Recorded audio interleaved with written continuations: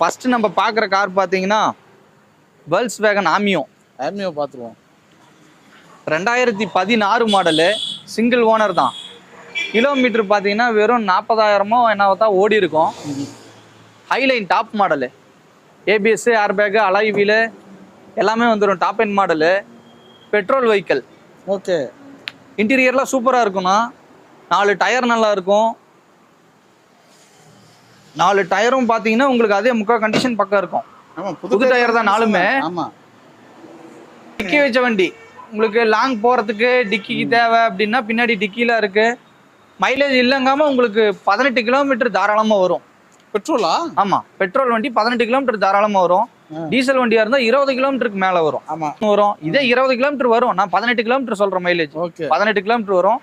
2016 ஒரே owner, Highline top model. இதுக்கு நம்ம கோட் பண்ணுற ப்ரைஸ் பார்த்தீங்கன்னா 4,65,000 சொல்கிறோம். நேரில் வாங்க, ஏதோ கொஞ்சம் முன்ன பின்ன என்ன பண்ண முடியுமோ பண்ணி வாங்கி தரலாம். ஆனால் வண்டி சூப்பராக இருக்கும். எடுத்தா நீங்கள் ஜென்ரல் செக்அப் மட்டும் பண்ணுற மாதிரி இருக்கும். வேற எதுவும் பெருசாலாம் ஒன்றும் செலவு பண்ண தேவை. 16 ஒரே ஓனர். 16 பார்த்தீங்கன்னா ஒரு 1 லட்ச ரூபா கையில் இருந்தால் போதும்.